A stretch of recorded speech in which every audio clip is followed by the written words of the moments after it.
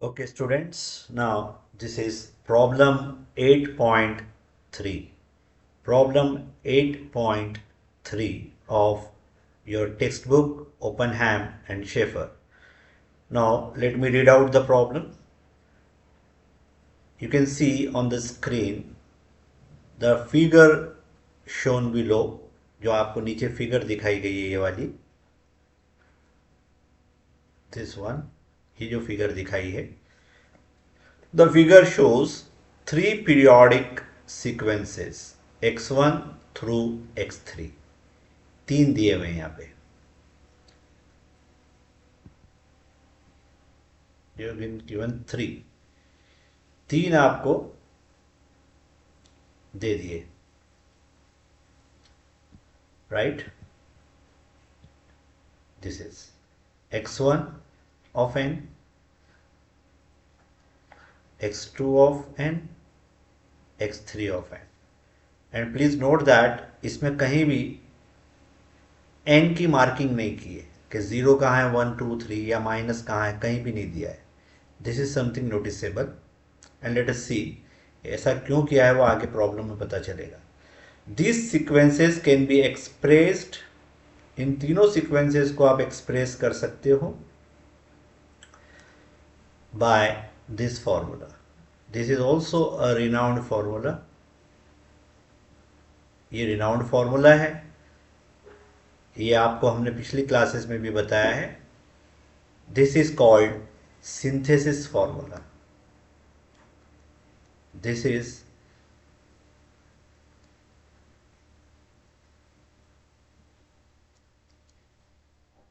synthesis formula.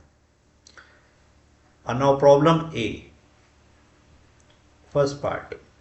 For which of the following sequences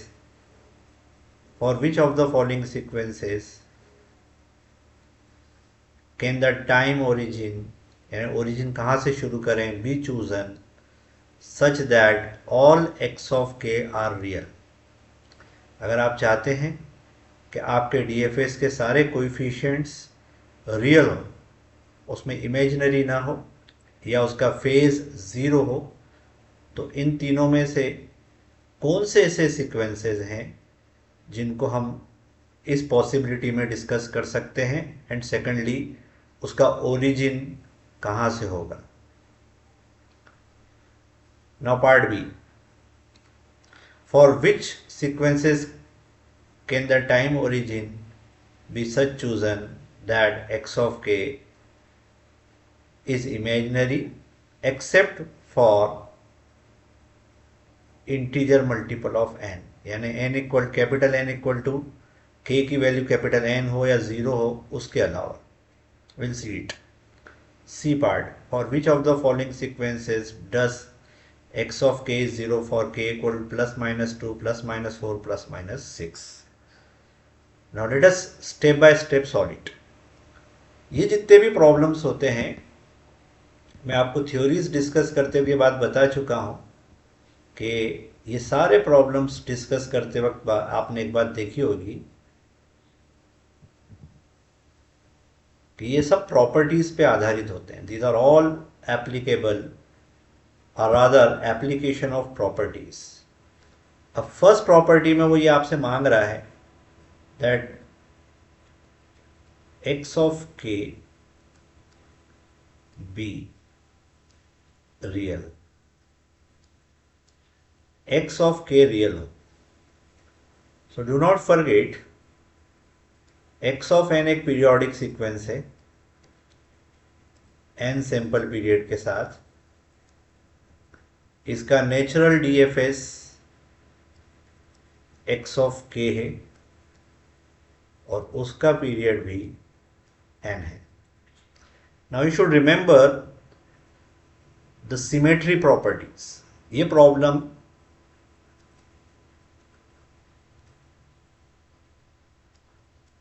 symmetry properties पे आधारित है.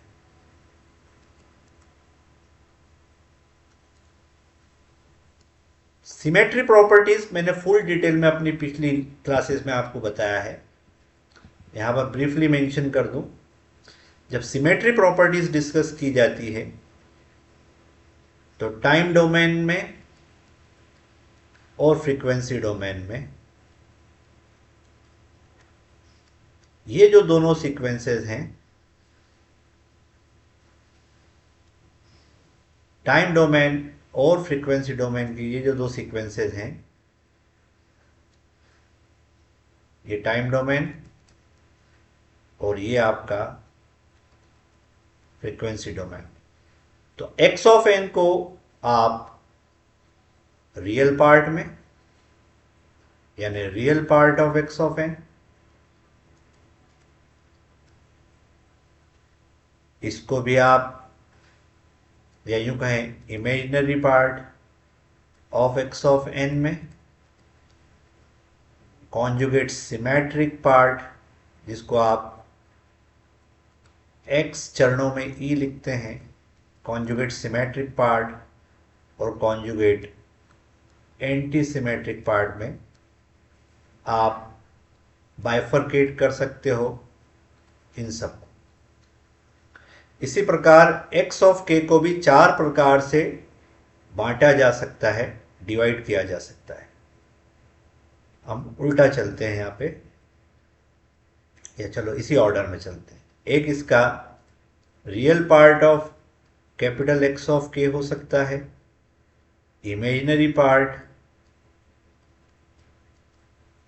X of k हो सकता है, फिर conjugate symmetric part X of k हो सकता है, और कॉन्जुगेट एंटी सिमेट्रिक पार्ट। ये जो कॉन्जुगेट सिमेट्रिक और कॉन्जुगेट एंटी सिमेट्रिक है, ये पहले जब हम रियल फंक्शंस स्टडी करते थे, रियल फंक्शंस जब हम पढ़ते थे अपनी 11th 12th क्लास में, तब हम इनको इवन और ऑड के नाम से जानते थे।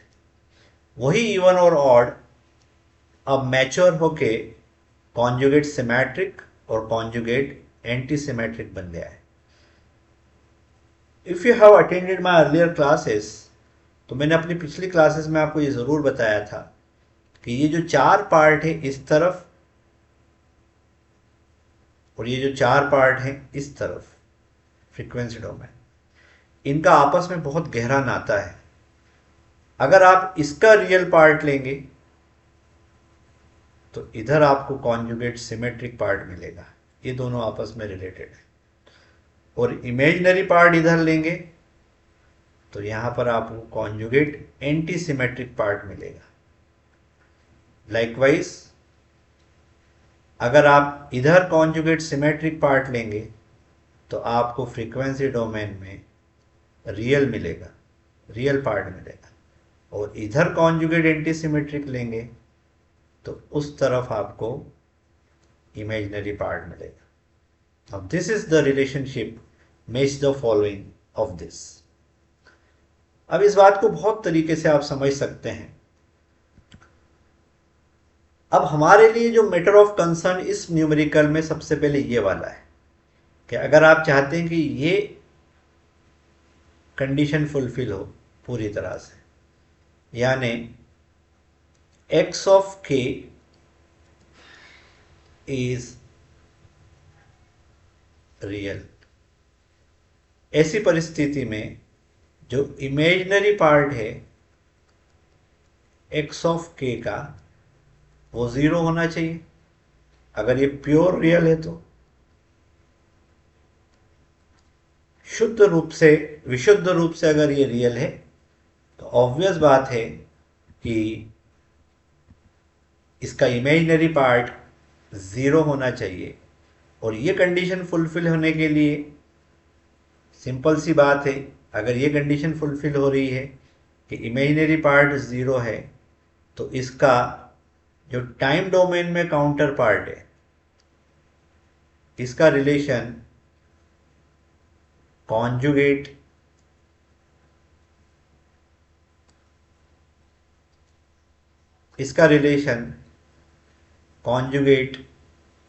Anti symmetric part of x of n से होता है।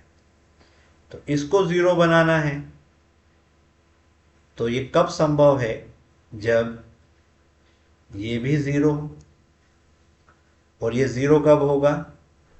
मैं डायरेक्टली लिख रहा हूं क्योंकि x o of n actually होता है x of n minus x conjugate of minus n divide by 2। और अगर आप चाहते हो कि ये ज़ीरो हो जाए तो ये ज़ीरो होना चाहिए, दिस शुड बी ज़ीरो।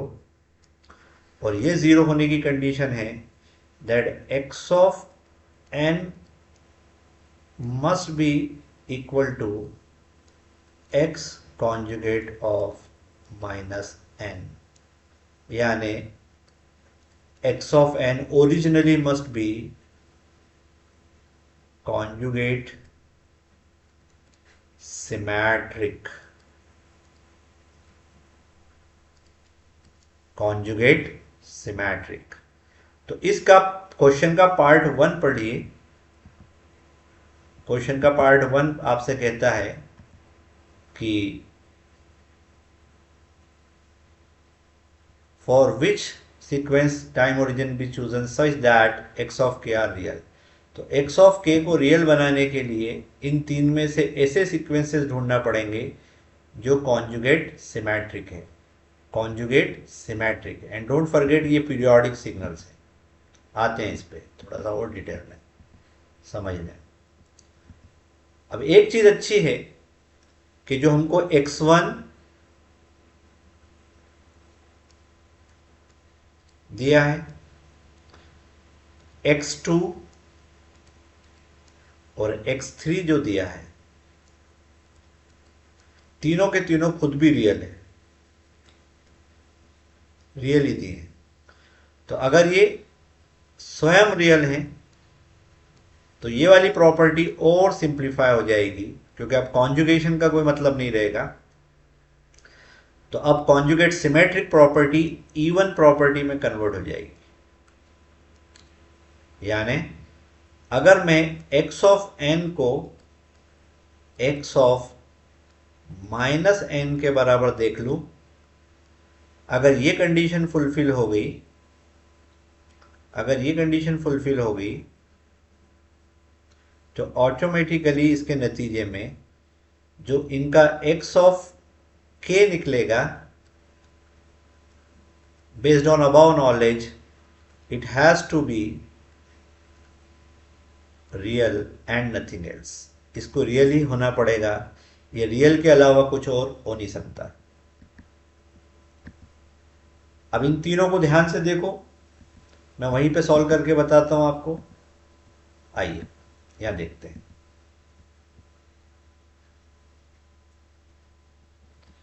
अब इन तीन में कौन से सीक्वेंसेस ऐसे हैं जिसमें सिमेट्री की संभावना बनती है? पहले वाले में तो बनती हुई दिख रही है,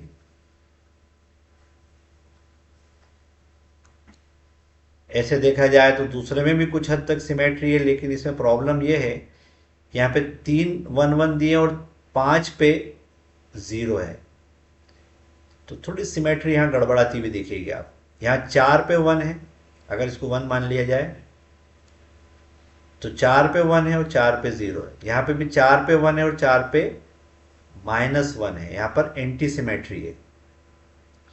तो सबसे पहले वाले से हमको कुछ उम्मीद जाग रही है, और उम्मीद भी ऐसी जाग रही है कि अगर हम कुछ ऐसा करें कि ओरिजिन कहाँ से लें, ओरिजिन कुछ ऐसे लेना पड़ेगा कि कॉन्जुगेट सिमेट्री या इवननेस पैदा हो जाए। मैं आपको दिखाता हूं मैं क्या बोलना चाह रहा हूं।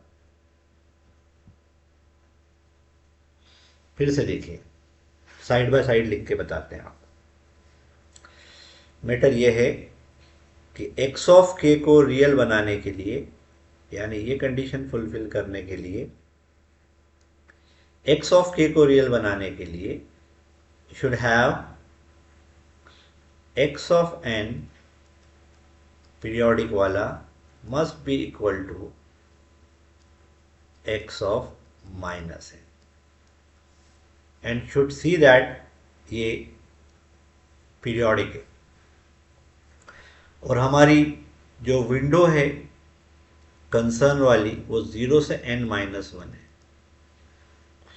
तो ये पॉसिबल है कि x ऑफ n सिमेट्रिक हो x ऑफ माइनस n के, और कह रहा है कि ओरिजिन कहाँ से लेंगे, यानी वो आपसे ये जानना चाहता है based on this situation x of 0 should be equal to, यहाँ पे x ऑफ 0 लें तो that should be equal to x of 0, इसमें तो कोई इशू नहीं है क्योंकि -0 इज सेम एज +0। ये पहली कंडीशन। यहां से x of 1 should be equal to x of -1 periodic में, and all of you will agree with me, क्योंकि ये सिग्नल पीरियोडिक है तो मैं इसको एज गुड एज लिख सकता हूं x ऑफ n-1 अगर एक पीरियड का इजाफा करा तो। और इस सिचुएशन में n की वैल्यू 8 है। इस प्रॉब्लम में ऊपर दिया है, आप पढ़ के देख लीजिए, कहीं ना कहीं लिखा होगा, राइट? और नहीं भी लिखा है तो हम कर लेंगे, डजेंट मैटर, काउंट कर लो। 1 2 3 4 5 6 7 8, और जैसे ही 9th आया तो फिर रिपीटिशन हो गया, फिर रिपीटिशन हो गया, फिर रिपीटिशन हो गया। तो ऑब्वियसली यहां पर n इक्वल टू कितना लिया है अपन ने? 8 लिया है तीनों के लिए। तो यहां पर मुझे लिखना पड़ेगा x of 1 must be equal to x of 7, 8 - 1 7। इसी तरह से on the same logic x of 2 must be equal to x of 6, x of 3 must be equal to x of 5, और x of 4 must be equal to x of 4 centrally, then x of 5 must be equal to x of 3, ये repeat होने लग गया देखो इस तरफ से, और x of 6 equal to x of 2, और x of 1 again equal to must be equal to x of 7, और x of 0 equal to x of 0 तो है ही सही, वो तो इशू नहीं है। तो अब देखिए ये कंडीशन कैसे फुलफिल हो सकती है। तो 0th टर्म तो 0th के बराबर ही रहे, चलो ये 0th टर्म मान लो, तो फर्स्ट टर्म 7th के बराबर होना चाहिए, यहां से नहीं बन रही ये बात, नहीं बन पा रही ये बात, फिर कहां से लेंगे? तो ऐसे चूज करो इसको कि फर्स्ट टर्म 7th के बराबर आ जाए। तो सोचिए अगर हम ये जो टोटल विंडो 8 लेंथ की है, n इक्वल टू 8 लेंथ की है, तो 4 इधर 4 इधर, एग्रीड, और बीच में एक कॉमन होना चाहिए, 4 इधर 4 इधर, बीच में एक कॉमन होना चाहिए। सपोज करो यहां देखते हैं, अगर इसको n इक्वल टू 0 ले लिया, एग्रीड, n इक्वल टू 0 ले लिया, इसको 1 2 3 4 5 6 7 ले लिया। अब देखिए ये तो खुद के बराबर है, first term this one no issues, 1 must be equal to 7th, ये भी बराबर हो गया, फिर 2 मस्ट बी इक्वल टू 6, फिर 3 मस्ट बी इक्वल टू 5, और 4 मस्ट बी इक्वल टू 4। तो ये एक कंडीशन बन गई, आपका सॉल्यूशन आ गया कि x2 of n can satisfy this condition provided n equal to 0 यहां से शुरू किया जाए और उसमें सिमेट्री बने फिर दो ही तरफ। यहां पर देखते हैं यहां कहीं कोई पॉसिबिलिटी है क्या? यहां पर 4 इधर और 4 इधर आ रहे हैं, सेंट्रल एलिमेंट हम ढूंढ नहीं पा रहे हैं, इसलिए आई सपोज इसमें पॉसिबल नहीं है, इसमें भी पॉसिबल नहीं। एम आई राइट? 0 1 2 3 4 5 6 7 एग्रीड? तो ये कंडीशन में अगर देखा जाए तो पहले वाले का जवाब है x2 ऑफ n, और प्रोवाइडेड 0 कहां से शुरू करेंगे? इस टर्म से, यहां से, सेंट्रल वाले से। आई hope you got it everyone. अब आते हैं इसका सेकंड पार्ट। अब कहता है कि इमेजिनरी पार्ट सारा का सारा x ऑफ k इमेजिनरी होना चाहिए। नाउ ही वांट्स, ये फर्स्ट पार्ट हो गया। सेकंड पार्ट में ही वांट्स, वो चाह रहा है आपसे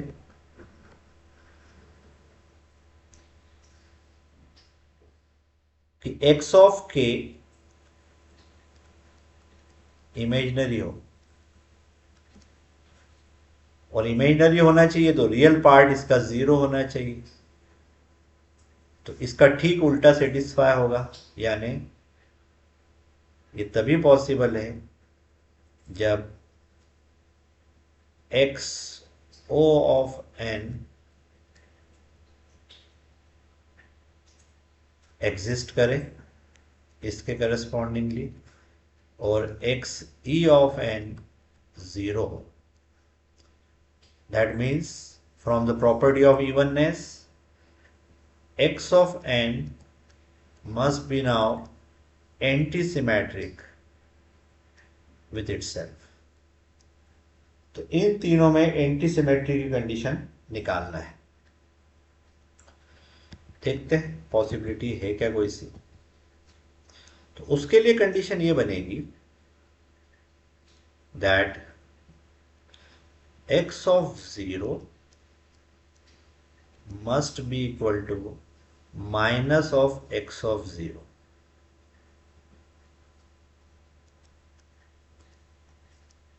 तो कोई भी नंबर अपने खुद के माइनस के बराबर सिर्फ और सिर्फ तभी हो सकता है जब उसकी ये टर्म 0, यानी हमको x ऑफ 0 ऐसा चूज करना पड़ेगा जो स्वयं 0। तो थर्ड वाले में तो एक भी ऐसा ऑप्शन नहीं है। तो इस कंडीशन के आते ही x3 आउट ऑफ क्वेश्चन हो गया, बाहर हो गया ये सिचुएशन से। अब बचे दो, फिगर 1 और फिगर 2, यानी x1 और x2 वाली फिगर, उसमें देखते हैं। अच्छा, एक कंडीशन ये हो गई, फिर उसके बाद x of 1 must be equal to, direct लिख रहा हूं, minus of x of 7, 1 minus 7 के बराबर होना चाहिए। x of 2 must be equal to minus x of 6, सब ऊपर वाले का उल्टा उल्टा होता जाएगा। 3 के लिए माइनस x ऑफ 5, और 4 के लिए माइनस x ऑफ 4। ये भी तभी पॉसिबल है जब ये 0। अब बाकी इसका उल्टा कर लो तो फिर यहीं पहुंच जाओगे, राइट। तो ये 4 को अगर देखें अपन तो x ऑफ 0 तो ठीक है, x ऑफ 1 जो है x ऑफ 7 के ठीक उल्टा होना चाहिए, यानी सेंट्रल एलिमेंट 0 हो, राइट। उसके बाद 1 पे सपोज 1 है, उदाहरण के लिए पहले लिख देते हैं 0 1 2 3 4, लिख देते हैं पहले 4 5 6 7। तो 1 पे जो आएगा 7 पे ठीक उसका उल्टा आना चाहिए। अगर ये a है तो ये -a होना चाहिए। फिर 2, x ऑफ 2 पे जो भी होगा, सपोज x ऑफ 2 पे b है तो x ऑफ 6 पे -b होना चाहिए। फिर x ऑफ 3 पे अगर c है तो x ऑफ 5 पे -c होना चाहिए और x ऑफ 4 फिर 0 होना चाहिए। तो इन तीनों में से ऐसा कोई सीक्वेंस आपको नज़र आ रहा हो तो आप बताइए कि पहले वाले में तो ऐसा नहीं हो रहा है, दूसरे वाले में निगेटिव टर्म कोई मिल नहीं रही है, तीसरे वाले में नेगेटिव टर्म मिल रही है, लेकिन उसमें भी एक दिक्कत है कि उसमें बीच में 0 के एलिमेंट्स नहीं है। यानी सेकंड पार्ट का आंसर है नन ऑफ द अबव। यानी तीनों x1 x2 x3 में से x2 और x3 में से none of them qualify for part B of the problem। तो पार्ट बी का आंसर आएगा none of the above। Agreed. अब आते हैं पार्ट सी पे। पार्ट सी में आपसे कह रहा है, पढ़िए आप, क्वेश्चन ऊपर दे रखा है मैंने, वीडियो रोक के पढ़ लीजिए चाहे तो बैक करके। पार्ट सी में कह रहा है for which of the following sequences x of k is 0 for k equal to +-2 +-4 +-6। अब इन तीनों में से जो मुझे समझ में आ रहा है कि जो लास्ट वाला है वो इसको सेटिस्फाई कर सकता है। रीजन x ऑफ k को 0 चाहिए। अब x ऑफ k होता क्या पहले तो देख लें। x ऑफ k होता है बाय डेफिनेशन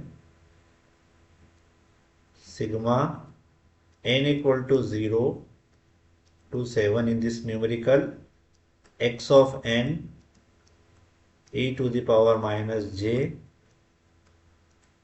2 pi by 8 और k।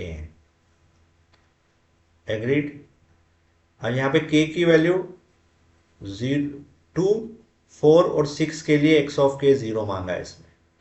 तो सबसे पहले फॉर k इक्वल टू 2 लेते हैं, माइनस का टेंशन मत लो, k इक्वल टू 2 के लिए लेते हैं, 0 के लिए नहीं लेंगे, 0 के लिए तो फेल हो जाएगी सिचुएशन। तो k इक्वल टू 2 के लिए लिया, यानी x ऑफ 2 निकाला, x ऑफ 2 निकाला।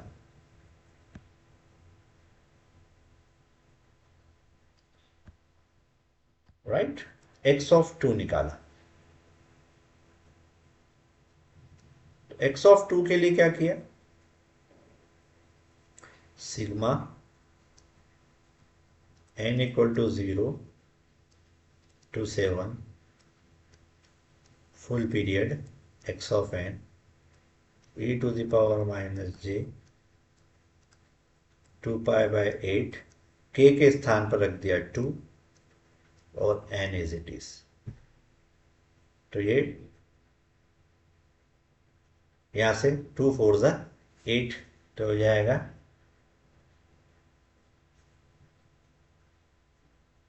या π/2 बोल लीजिए इसको, तो ये हो जाएगा sigma n equal to 0 to 7 original x of n और e के पावर में बचेगा -j π/2 n। I hope it's clear to you. अब देखिए x ऑफ 2 की कंडीशंस दिखाते हैं आपको। अब देखिए आप,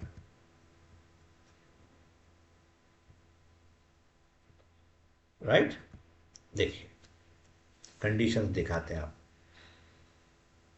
तो x ऑफ 2 निकालने की क्या क्या सिचुएशंस बनेंगी, ये किससे मिलके बनेगा, n की वैल्यू सारी रखेंगे, n इक्वल टू 0 रखा इस इक्वेशन में, तो सबसे पहली टर्म आएगी सिग्मा में n इक्वल टू 0 रखा तो पहली टर्म आएगी x ऑफ 0।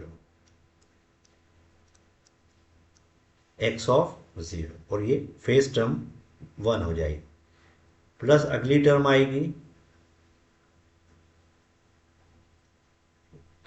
आएगी, x of 1, agreed, n equal to 1 रख दिया, और ये हो जाएगा e to the power minus j pi by 2, and never forget e to the power j theta cos theta plus j sine theta होता है, not be forgotten, ये भूलना नहीं है।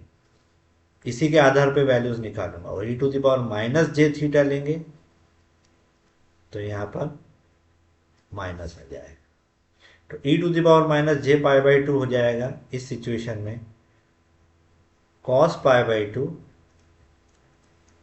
Minus j sine pi by 2, and please comply with me, cos pi by 2 cos 90 0, sine 90 1, और एक minus जे, यानी यहाँ पे एक ब्रैकेट में इसके साथ या लिख ही देता हूँ मैं, यहाँ पे आएगा माइनस जे, एग्रीड। अगली term plus n equal to 0 रख दिया, यहाँ पे 0 हो गया, 1 हो गया, अब 2 ले लिया, तो जैसे ही 2 लेंगे तो आएगा x ऑफ 2, और इस फॉर्मूले में यहाँ पे 2 रखेंगे क्योंकि यहाँ n है सपोज, तो जैसे यहाँ 2 रखेंगे 2 से 2 कटेगा, तो ये बनेगा cos pi minus j sine पाई, तो कॉस पाई होता है कॉस 180 माइनस 1 के बराबर, तो यहाँ पर आ जाएगा आपका माइनस 1, यानी ये हो गया आपका माइनस 1, नीचे ले लेते हैं, फिर आएगी अगली टर्म प्लस, अब की बार आ जाएगा e to the power minus j 3 pi by 2, 3 pi by 2 यानी 270 डिग्री, कॉस 270 0 और sine 270 minus 1, minus minus plus, तो आ जाएगा जे एक्स ऑफ 3, और फिर अगला आ जाएगा प्लस n की वैल्यू 4 रखी तो ये 2 पाई बन जाएगा, कॉस 2 पाई फिर से 1 होता है, एग्रीड, कॉस 2 पाई फिर से 1 होता है, तो फिर से 1 मिलेगा आपको, तो 0, यहाँ पे 1 मिला था आपको, फिर यहाँ पे x ऑफ 4 में फिर 1 मिल गया, एग्रीड, फिर आएगा x ऑफ 5, x ऑफ 5 में अगर आप रखोगे 5 pi by 2, 5 pi by 2 is same as 2 pi plus pi by 2, तो 2 पाई प्लस पाई बाई 2 करोगे तो जो n इक्वल टू 1 के लिए जो कंडीशन आई थी वो फिर से रिपीट होगी, यानी फिर से आएगा, मैं डायरेक्ट लिखता हूँ, I hope you are getting में, खुद करके देखेंगे समझ में आ जाएगा, माइनस जे एक्स ऑफ 5, फिर रख दीजिए 6 पाई बाई 2 के लिए n इक्वल टू 6 रख दिया इस इक्वेशन में, तो आ जाएगा 6 pi by 2, 6 pi by 2 is as good as 3 pi, 3 pi is as good as 2 pi plus pi, यानी ये वाली कंडीशन बनेगी जो n इक्वल टू 2 वाली कंडीशन है, ये सेटिस्फाई होगी, तो आएगा माइनस 1 एक्स ऑफ 6, और लास्ट में आएगा, क्योंकि अब आएगा 7 पाई बाई 2, तो 7 पाई by 2 is 3 pi plus pi by 2, और 3 पाई प्लस पाई बाई 2 को लिख सकते हो 2 pi plus 3 pi by 2 also, तो जो इसकी कंडीशन होगी 3 पाई बाई 2 वाली, ये वाली, ये सेटिस्फाई हो जाएगी, तो आ जाएगा प्लस जे एक्स ऑफ 7। तो आपने देखा कि अगर आप चाहते हो कि ये पूरा का पूरा आपस में कैंसिल हो जाए, तो उसकी एक ही पॉसिबिलिटी है,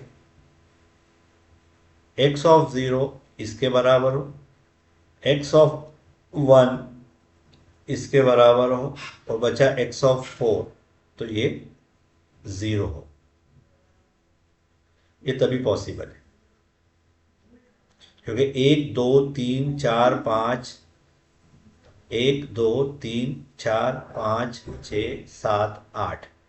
तो टोटल 8 हैं।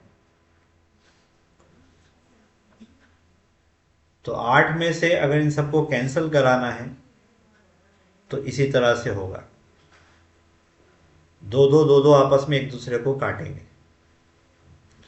तो ये वाली टर्म अगर मान लो ये वाली टर्म अगर इससे कटती है, तो ये वाली टर्म इससे कट जाए, और ये वाली टर्म इससे कटती है, तो ये वाली टर्म इससे कट जाए। मैं लिख देता हूँ, यानी x of 0 should be somehow equal to x of 2, x of 1 must be equal to somehow equal to x of 3, और x of 4 must be equal to x of 6, और x of 5 must be equal to x of 7। अगर आप ये promise करें, then I promise you कि आपका x of k 0 होगा for k equal to ±2। अब आप 4 पे भी करके देख लीजिएगा, आपका आंसर फिर से यही आने वाला, और 6 पे भी करके देखिएगा ट्रिग्नोमेट्रिक इक्वेशंस बना के। तो अब इन तीनों में से ये सिचुएशन कहाँ पैदा होने के चांसेस हैं? ऑब्वियस बात है कि थर्ड में तो नहीं हो सकते, सेकंड में भी नहीं हो सकते, फर्स्ट में हो सकते हैं। फर्स्ट में हो सकता है, फर्स्ट में हो सकता है। कैसे? मैं लिख देता हूं यहां पे 0 1 2 3 4 5 6 7। तो 0 जो है वो 2 के बराबर हो जाए, 1 3 के बराबर हो जाए, 4 6 के बराबर हो जाए, और 5 7 के बराबर हो जाए। अब देखिए फर्स्ट वाले में ये पॉसिबल है या नहीं है, देखते हैं। फर्स्ट वाले में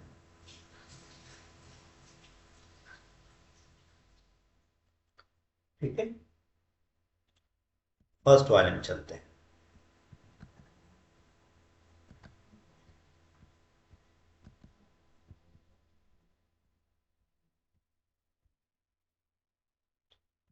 आइए फर्स्ट वाले में देखते हैं।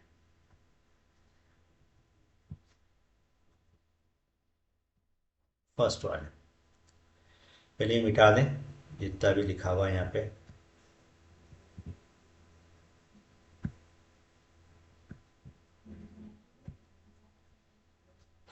राइट, लिखा हुआ हटा देते हैं, तो हटा देते हैं। राइट, फर्स्ट वाले में मुझे उम्मीद दिख रही है, देखते हैं कैसे। रेड कलर से लिखते हैं। तो मुझे 0 और 2 एक जैसा चाहिए। सपोज करो मैं यहां पर 0 ले लूं, नहीं, फिर 1 जो है वो मुझे उसके बराबर चाहिए। तो अगर 0 इसको लिया, ठीक है, तो 0 इसको लिया, 1 इसको लिया, 2 इसको लिया, 3 इसको लिया, 4 5 6 7। अब देखिए 0 2 के बराबर, 1 x ऑफ 3 के बराबर, एग्रीड, 4 6 के बराबर 0 0 और 5 7 के बराबर। तो अब 0 यहाँ देना पड़ेगा थर्ड पार्ट के लिए, इस वाले के लिए। ये सिचुएशन होना चाहिए। सेकंड में तो मुझे नहीं लग रहा कि पॉसिबिलिटी दिख रही है कोई सी भी, सेकंड में नहीं दिख रही। सेकंड में कैसे करेंगे, नहीं पॉसिबल दिख रहा है। तो इस तरह से ये न्यूमेरिकल हमने सॉल्व कर दिया आपके सामने। I am going to upload this on YouTube ताकि आप इसको देख लें अच्छे से, और इसमें आपको कुछ और चीज़ एक्स्ट्रा समझ में आती है तो आप मुझे फीडबैक में बता दें। So this is how problem number 8.3 is solved. So let us stop here, and all the best for your future endeavors. Thank you very much.